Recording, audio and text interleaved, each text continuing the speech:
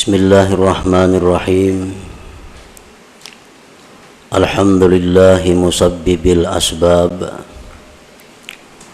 al-fatihi lil abwab. Ashhadu an la ilaha illallah wahdahu la syarika lah, al-malikul wahhab. Wa ashhadu anna sayyidana Muhammadan abduhu wa rasuluhul awwab. Allahumma salli wa sallim wa barik ala sayyidina Muhammad al-hadi ila as-sawab wa ala alihi wa sahbihi wa dhurriyyatihi wa atba'ihi ila yaumil jazaa'i wa thawab. Amma ba'du.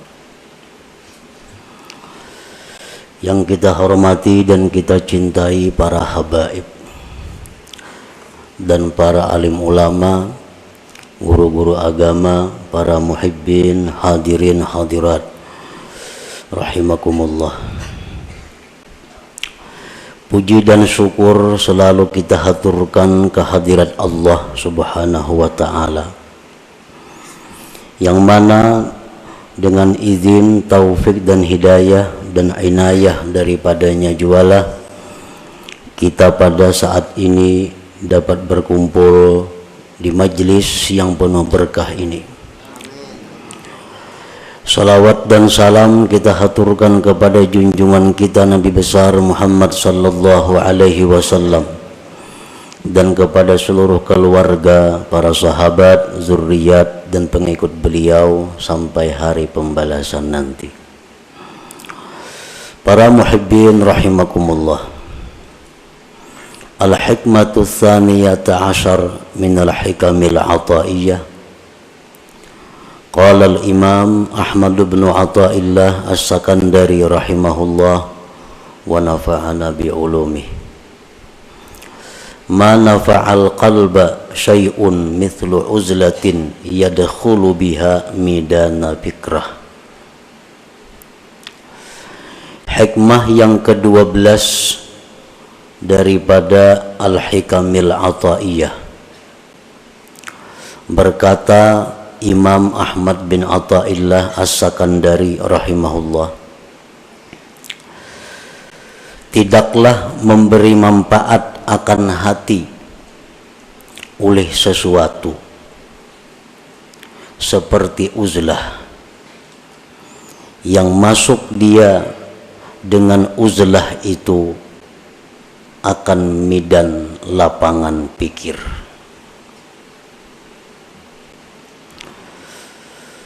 Tidaklah memberi manfaat akan hati oleh sesuatu seumpama uzlah mengasingkan diri daripada manusia, yang mana dia masuk dengan uzlah itu akan midan lapangan fikrah, berpikir. Itulah tarjamah atau makna daripada hikmah yang ke-12 ini. Adapun syarah atau penjelasan daripada hikmah yang ke-12 itu adalah la syai'a anfa'a lil qalbi min uzlatin ay khalwatin mashubatin bitafakkur. Tidak ada sesuatu yang lebih bermanfaat untuk hati daripada uzlah, artinya khalwat, menyendiri, menjauh daripada manusia, yang disertai dengan tafakkur. Nah, para muhibbin rahimakumullah, di dalam diri kita ini ada yang disebut dengan qalbun, hati. Yang dimaksud dengan hati itu bukan segumpal daging yang ada di dada sebelah kiri kita, tetapi yang dimaksud dengan hati itu adalah sesuatu yang dinisbahkan kepada Allah Subhanahu wa ta'ala, yang berada di dalam diri kita, yang dengan hati itu kita bisa mengetahui mana yang baik, mana yang buruk, mana yang menuju surga, mana yang menuju neraka. Nah, hati kita itu apabila baik, maka baiklah seluruh anggota tubuh kita. Tetapi bila hati kita ini rusak, maka rusaklah seluruh anggota tubuh kita. Imam Ahmad bin Athaillah menyebutkan di dalam hikmah yang ke-12 ini adalah tentang hati yang rusak. Hati yang rusak itu adalah hati yang seringkali lupa kepada Allah. Hati yang hanya memikirkan kepentingan-kepentingan sesaat, namun melupakan akibat. Nah, ini hati yang rusak. Dan hati yang rusak inilah yang ada pada diri kebanyakan kita. Hati yang demikian yang rusak itu kalau ingin selamat maka mesti diobati. Agar bisa hati kita ini selalu ingat kepada Allah, selalu ingat kepada Rasulullah sallallahu alaihi wasallam, dan selalu memikirkan tentang yaumil akhirah, hari akhirat. Nah, bagaimana caranya memperbaiki hati yang rusak itu? Beliau mengatakan bahwa yang paling bermanfaat, yang paling mujarab untuk mengobati hati yang rusak itu adalah uzlah atau khalwat. Artinya menjauh daripada manusia, menyendiri, tetapi disertai dengan tafakkur. Dengan kita menyendiri dan tafakkur, maka hati yang rusak tadi diharapkan bisa baik. Nah, itu yang dimaksud di dalam hikmah yang ke-12 ini. La khaira fi uzlatin ay khalwatin la tafakkura biha wa la nuhuda li tafakkurin la uzlata ma'aha. Tidak ada kebaikan pada uzlah, khalwat, yang tidak ada tafakkur padanya. Kita menyendiri, mengasingkan diri daripada manusia, tapi kada ada tafakkur. Nah, maka itu uzlah, tidak ada kebaikannya. Sedangkan tafakkur tapi tidak uzlah, tafakkur di waktu kita berada di tengah-tengah umat, tafakkur di waktu kita berada di tengah-tengah masyarakat, maka tafakkur itu tidak akan menimbulkan kemajuan. Tafakkur itu tidak akan murni. Tafakkur itu tidak akan bersih, sehingga tidak sesuai saat yang diharapkan dengan tafakkur itu. Nah, oleh karena itu pengarang tadi menyebutkan bahwa uzlah yang disertai dengan tafakkur itulah yang paling bermanfaat untuk memperbaiki hati yang rusak itu. Para muhibbin rahimakumullah, qala Rasulullah sallallahu alaihi wasallam, tafakkuru sa'atin khairun min ibadati sab'ina sanah. Tafakkur sesaat, satu mat, itu di sisi Allah lebih baik nilainya, pahalanya daripada ibadah kita selama 70 tahun yang tidak ada tafakkurnya. Kita beribadah, misal ibadah apa, tapi kada ada tafakkurnya 70 tahun, maka harganya lebih mahal tafakkur sesaat di sisi Allah subhanahu wa ta'ala. Lianna bihi yasidul abdu ila ma'rifati haqaiqil asya wa ila ta'zimillah ta'ala wa ta'zimi kulli ma yurdi. Karena dengan tafakkur itu sampailah seorang hamba kepada mengenali hakikat-hakikat sesuatu. Dengan tafakkur itu seseorang bisa mengagungkan Allah. Dengan tafakkur itu dia bisa mengagungkan tiap-tiap sesuatu yang membuat ridhanya Allah. Nah, para muhibbin rahimakumullah. Apa yang pertama tafakkur itu? Apa yang pertama mesti kita pikirkan? Yang pertama kita pikirkan adalah diri kita. Karena man arafa nafsah arafa rabbah. Barang siapa yang mengenali, mengetahui dirinya, maka dia akan mengetahui Tuhannya. Nah, jadi yang pertama kita tafakkur, yang pertama kita renungkan adalah diri kita. Apa yang kita renungkan dari diri kita? Nah, yang pertama yang kita renungkan dari diri kita adalah limadza khuliqtu. Limadza khuliqtu. Untuk apa aku ini diciptakan Allah? Nah, itu yang pertama. Di waktu kita khalwat, di waktu kita sendiri, di waktu kita mengasingkan daripada manusia, kita tafakkur, kita berpikir, limadza khuliqtu, untuk apa aku ini diciptakan Allah? Dulunya kadada, sekarang ada. Untuk apa aku diadakan oleh Allah ini? Nah, itu yang perlu kita gali daripada diri kita. Itu yang perlu kita mantapkan daripada diri kita. Untuk apa kita dicipta oleh Allah? Sebahagian manusia ada yang merasa bahwa dia hidup itu untuk mengumpul harta. Dia beranggapan bahwa dia diciptakan Allah hanya untuk mengumpul harta, sehingga sebagian besar waktunya dihabiskannya untuk mengumpul harta.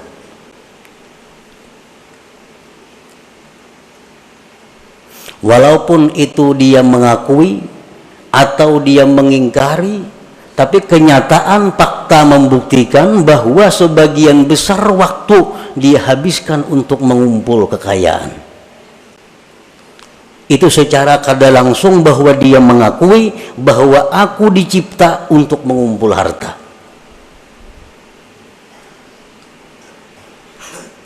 Jam 8 sampai jam 5 dihabiskan waktunya untuk berusaha mencari duit.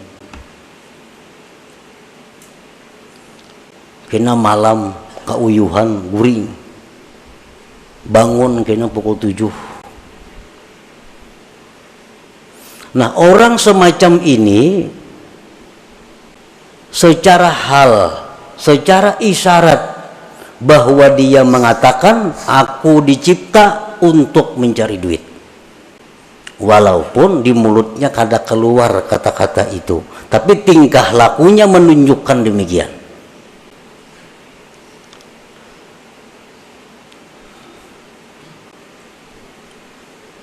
Nah, itu yang kita renungi. Apakah bujur seperti itu?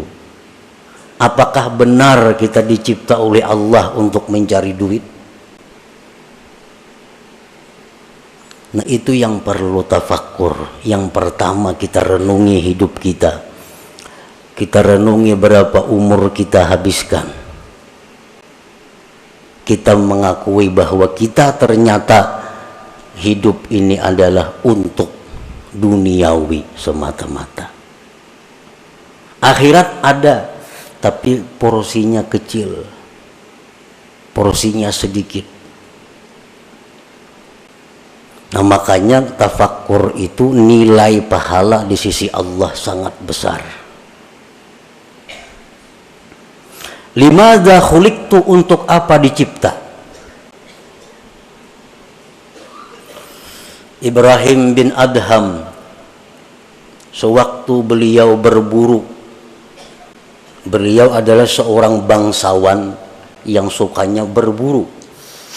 Suatu hari beliau berburu dengan perbekalan, perlengkapan yang lengkap, berangkat ke hutan. Di tengah jalan beliau ada mendengar hatib. Hatib itu artinya suara tanpa kelihatan orangnya. Suara itu, ya Ibrahim, alihada khuliqta, apakah untuk ini engkau dicipta Allah? Apakah engkau dicipta untuk berburu? Ibrahim bin Adham tersadar bahwa ternyata selama ini hidupku kusia-siakan. Berpaling beliau kembali dan meninggalkan seluruh yang ada, lalu mengembara ke tengah hutan belantara untuk mencari hakikat, mencari kebenaran. Nah, para muhibbin rahimakumullah, kita diciptakan oleh Allah, wa ma khalaqtul jinna wal insa illa liya'budun. Tidak kujadikan jin dan manusia itu, ujar Tuhan, melainkan untuk ibadah. Nah, untuk ibadah. Jadi kalau kita bertanya kepada diri kita, untuk apa aku diciptakan Allah? Jawabnya, untuk mengabdi kepada Allah. Nah, untuk mengabdi kepada Allah. Nah, itu bisa didapat, bisa digali dengan tafakkur.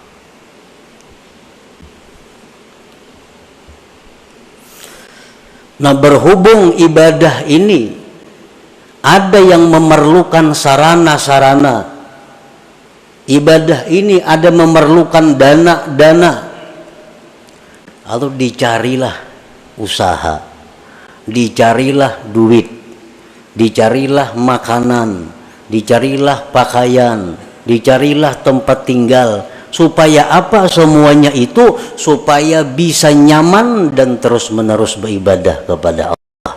Nah, jadi orang mencari duit itu sebujurnya adalah untuk supaya beribadah. Jangan dipaling karena mencari duit lupa ibadah. Bila tak paling ya itu.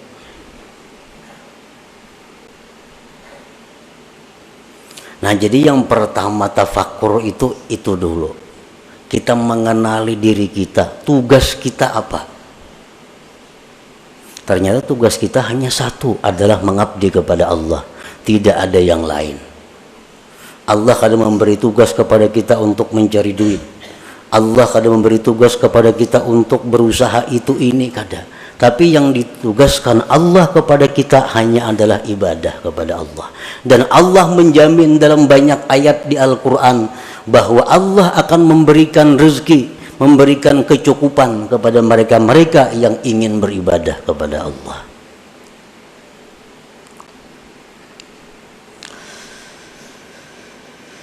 Fal uzlatu wasilatun lahu wa mu'inatun alaih. Uzlah, mengasingkan diri, itu merupakan jalan bagi tafakkur dan membantu atas tafakkur.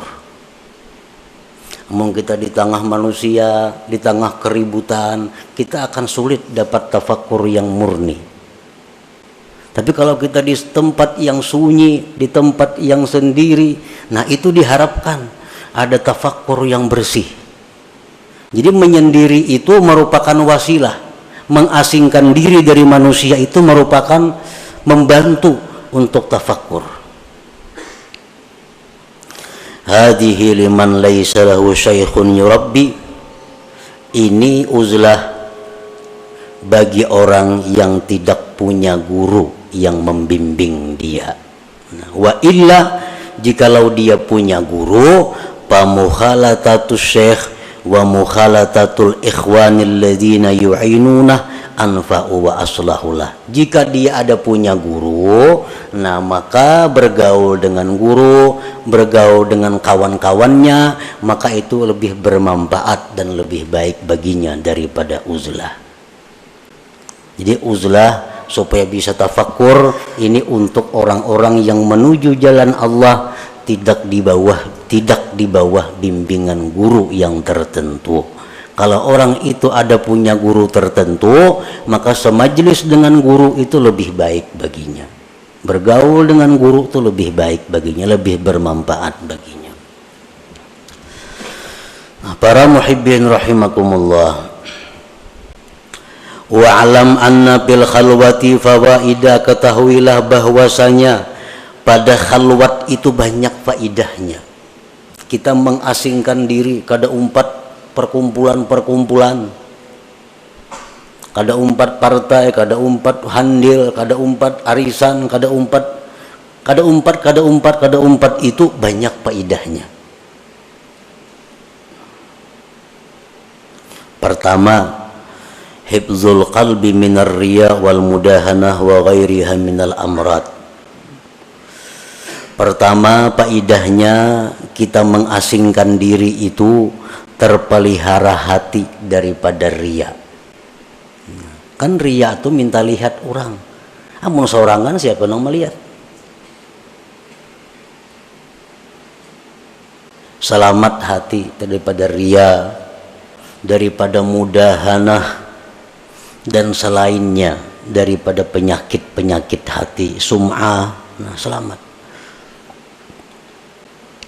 Yang kedua, faidahnya uzlah itu hifzul basar min afatil manzurat, terpeliharanya mata daripada bahaya-bahaya yang dipandang. Li'anna an-nazara ilal asya yujibu tafriqatal qalbi, karena memandang kepada sesuatu itu menimbulkan terbelahnya hati. Kalau kita khalwat, napa nang kita lihat? Ada. Lalu hati kita jadi terpukus karena mata kita kadang-kadang dilihatnya. Nah, makanya sembahyang disuruh menjangangi tempat sujud. Supaya apa? Supaya mata ini jangan melihat yang macam-macam. Karena bila mata melihat macam-macam, kena hati jadi macam-macam juga. Nah, dengan adanya kita khalwat, dengan adanya kita bersendiri, nah apa yang kita lihat? Nah, selamat mata. Yang ketiga, as-salamah min afatil lisan kal ghibah wan namimah wa ghairiha minal muhlikat. Selamat daripada penyakit atau bahayanya lisan seperti ghibah, nyambeti orang, namimah, anjur atar, dan selainnya daripada yang membinasakan. Kita bakhalwat, siapa dipandiri? Kada denang dipandiri. Nah, selamat dulu mulut kita daripada menyambat orang, daripada menganjur atar orang. Qala Nabi sallallahu alaihi wasallam, aktsaru khataya ibni Adam bilisanih, kebanyakan dosa manusia itu di lisannya. Dengan uzlah atau khalwat, lisan kita selamat. Yang keempat, keuntungannya kita menyendiri, as-salamatu min suhbatil asrar, kita selamat daripada bersahabat dengan orang-orang jahat. Orang-orang jahat ini contohnya orang-orang yang ahli riba itu orang-orang jahat, orang-orang peminum orang-orang jahat, orang-orang rentenir orang-orang jahat, orang-orang zalim orang-orang jahat. Ahli zina itu orang-orang jahat. Nah, bila kita menyendiri, kita kada tagaul lawan itu. Tapi amun kita bagaul, nah bisa kemungkinan kita bersahabat dengan mereka itu. Lianna sohbatahum fasadun azim bidinih, karena bersahabat dengan orang-orang yang jahat itu kerusakan yang besar pada agama kita. Kalau kita nih akrab lawan orang penzina, itu agama kita rusak. Akrab dengan orang nang katuju riba, agama kita rusak. Akrab dengan orang zalim, agama kita rusak. Akrab dengan pejabat nang korupsi, agama kita rusak. Tanpa kita sadari. Qala ba'duhum ma fasada man fasad illa bi suhbati man fasad. Tidaklah rusak orang yang rusak itu melainkan sebab bakawan lawan nang rusak. Umumnya orang tuh rusak karena bakawan nang rusak. Nah kalau kita bauzlah, kita khalwat, kada bergabung dengan manusia, kita selamat.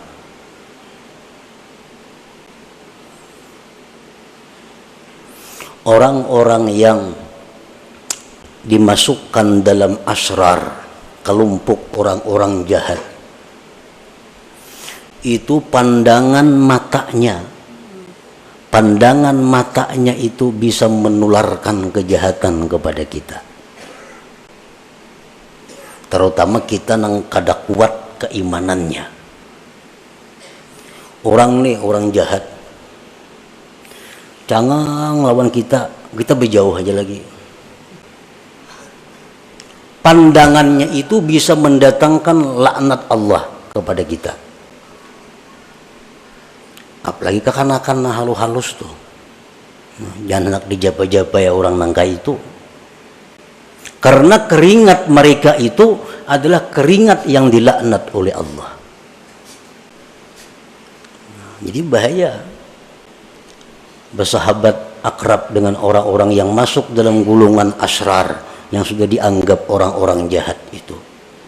Pandangan matanya bisa merusak agama kita, apalagi sentuhannya maginnya lagi, apalagi memakai bekas pakaiannya maginnya lagi, minjam kendaraannya bahaya lagi. Jadi semua kejahatan, maka sesuatu yang terkait dengannya adalah membahayakan agama kita. Nah sebaliknya sama dengan orang-orang saleh, orang-orang yang dicintai Allah. Pandangan mereka itu mendatangkan rahmat. Keringat mereka, keringat mendatangkan rahmat. Semua apa yang bekas mereka adalah rahmat. Makanya orang nang mati, jadi dalam kitab fikih, orang tuh mati disunatkan membawa sesuatu bekas orang saleh. Itu kan kita fikih ada tuh. Orang mati disunatkan membawa sesuatu bekas orang saleh. Bekas kainnya kah, bekas apanya kah. Misal kita mati minta kupiah, kupiah bekas orang saleh. Nah itu memberi manfaat. Kalau orang mati aja memberi manfaat, apalagi orang hidup. Bekas orang saleh. Nah demikian sebaliknya orang-orang jahat pun demikian. Akan menimbulkan dampak kepada mereka-mereka yang belum kuat hatinya, belum kuat keimanannya. Nah dengan kita khalwat, kita terhindar daripada bersahabat dengan mereka itu. Yang kelima, keuntungannya khalwat adalah at-tafarrug lil ibadah wa tamakkunul mudawamah 'alaiha. Dengan adanya kita khalwat, kita bisa lapang beribadah dan kawa terus-menerus beribadah. Misalnya kita membaca zikir 5.000 sehari. Kalau kita menyendiri kita kawa. Tapi kalau kita bergaul tengah masyarakat, nah sewaktu-waktu kita ada kada baca karena ada acara ini, acara itu, acara ini. Apalagi macam-macam yang diikuti, ketua ini, ketua itu, ketua ini, bermacam-macam organisasi, kada baca wirid lagi. Jadwal ini ada rapat itu, jadwal ini ada acara itu. Nah kalau kita khalwat, bisa ibadah kita tuh mudawamah, bisa terus menerus. Ibadah yang mudawamah itulah yang dicintai oleh Allah Subhanahu wa Ta'ala, walaupun sedikit. Yang keenam, faidahnya kita khalwat, siyanatu nafsihi wa dinihi minal khusumat. Dengan adanya kita khalwat, diri kita, agama kita terpelihara daripada pertengkaran-pertengkaran. Kadang mau tapahual, saurangan siapa dihuali, siapa nang mahuali. Nah, bahual itu merupakan sumber datangnya macam-macam kejahatan, seperti bermusuhan, bermarah-marahan, berdengki-dengkian. Nah, semua itu sifat yang membahayakan. Yang ketujuh, rahatul qalbi wal badan. dengan adanya khalwat menyendiri itu hati kita lapang, badan kita pun lapang. Yang kedelapan, husuluz zuhdi wal qanaah. Orang yang khalwat ini akan diberi Tuhan zuhud dan qanaah. Kenapa kita kada kawa zuhud? Kenapa kita kada kawa qanaah, kada merasa cukup lawan nang ada? Karena kita begaul. Melihat orang makai ini hendak nukar lu behimat mencari duit. Melihat orang ini hendak nuruti ka itu, duitnya kada ada, behimat kina mencari duit. Berhutang masih itu kamari. Nah, karena pergaulan. Dengan adanya kita khalwat atau uzlah, selamat dari itu. Yang kesembilan, wujdanu halawatit ta'ah. Nah, didapatnya manis taat. Nah, ini yang penting. Kita khalwat itu, kita menyendiri itu beribadah jadinya manis. Beribadah tuh nyaman.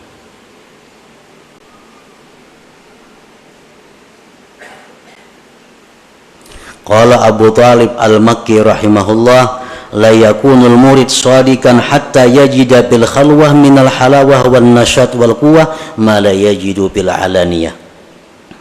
Tidaklah seseorang murid itu benar sehingga dia mendapati di dalam khalwat itu manis dan rajin kuat ibadah, sesuatu yang tidak ia temukan di tengah orang banyak. Ini menandakan kita nih bujur. Bila beribadah itu tak kuat saurangan, tak nyaman saurangan, tak manis saurangan pada di tengah orang banyak, itu menunjukkan kita bujur. Tetapi bila mana kita saurangan manguliat, kulir di tengah orang banyak rajin, menunjukkan kita munafik ngarannya. Di tengah orang banyak perajinnya beribadah. Bila saurangan sajus saja kada sanggup membaca Quran. Di tengah orang banyak 2 juz sanggup. Dalam kamar saurangan kada kawa. Nah, ini menunjukkan ada sifat munafik di dalam hati.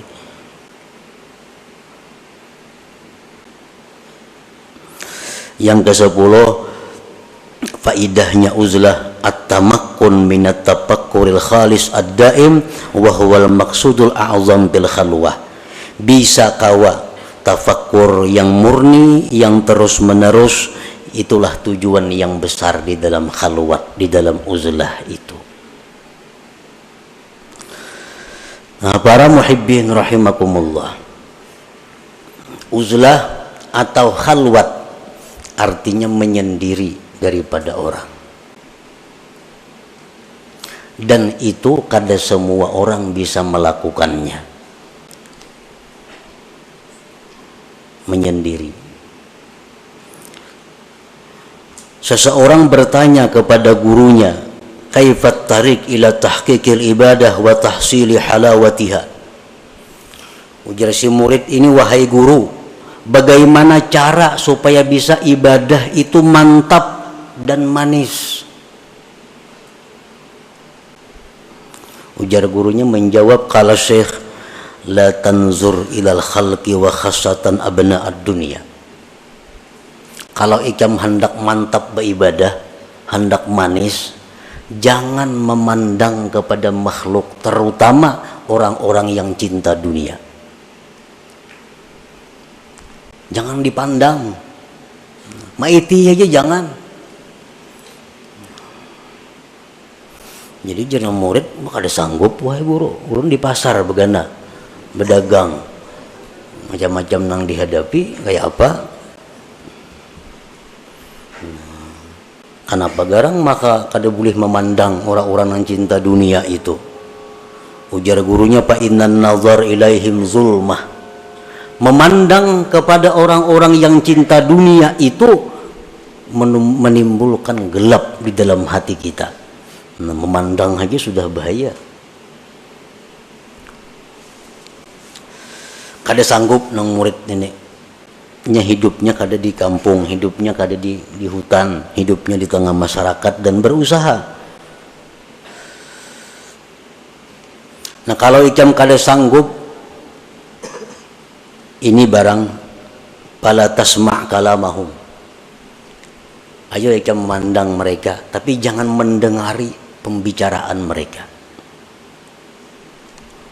Jangan dengari perkataan-perkataan ahli dunia.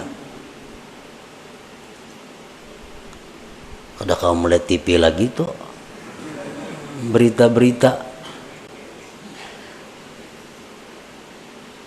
Kenapa garang kada kau kada boleh mendengari pembicaraan ahli dunia itu? Fa inna kalamahum kaswah.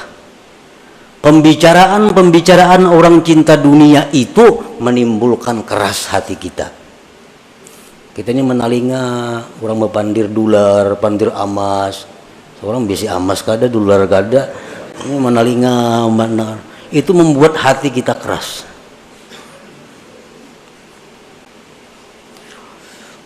Bagi si murid tadi kada kawa juga kada mendengari guru wana. Bertemuan hari-hari.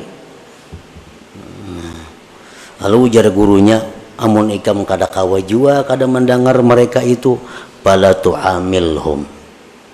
Jangan kerjasama dengan mereka. Jangan bekerja sama. Inya besaruan, jangan ditulaki.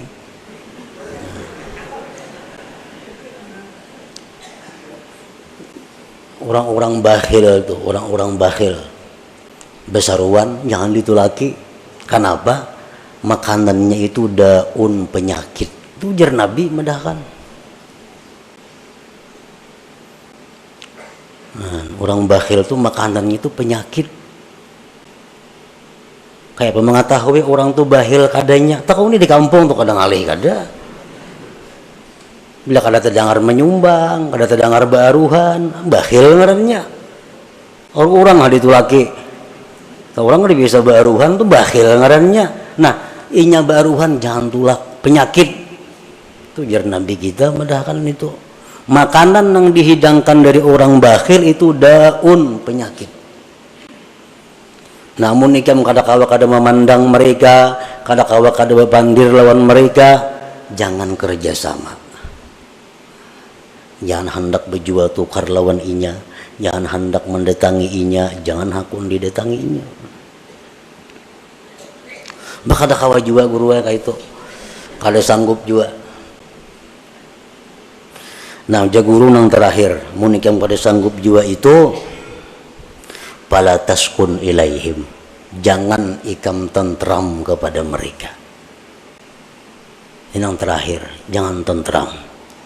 Kadang-kadang hati kita nih, bila parak orang sugih asa nyaman. Nah, itu iya ngaran tentram melawan mereka. Bila parak orang miskin bepaluhan sakada nyaman. Nah. La taskun ilaihim, jangan tentram kepada mereka. Janganlah dijadikan orang-orang cinta dunia itu penentram hati kita, jangan.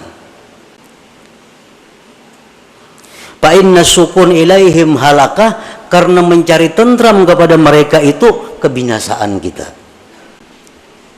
Nah, ini terakhir. Jadi ayuha hendak memandang mereka, hendak mendengari perkataan mereka, hendak bekerja sama lawan mereka, tapi sebuting. Jangan hendak tentram, jangan hendak merasa tenang dengan mereka itu. La yajidu halawatal ibadah man kana qalbuhu sakana ila ghairillah. Tidaklah bisa mendapatkan manisnya ibadah orang nang hatinya itu tentramnya kepada selain Allah. Orang tuh hatinya tentramnya bukan lawan Allah. Nah, orang ini ibadahnya kada mau manis.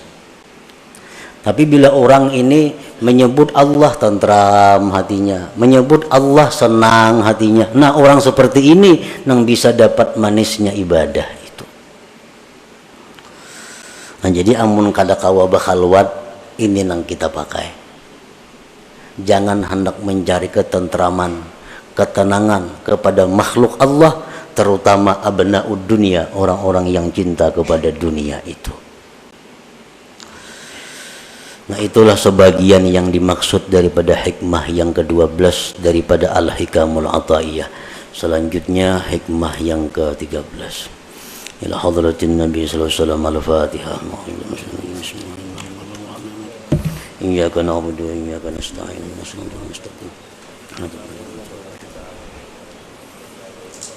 يا الله بها يا الله بها يا الله بحسن الخاتمة يا الله بها يا الله بحسن الخاتمة يا الله بها يا الله بها يا الله بحسن الخاتمة فيا أيها الرجل منه شفاعة صلوا عليه وسلموا تسليما اللهم صل وسلم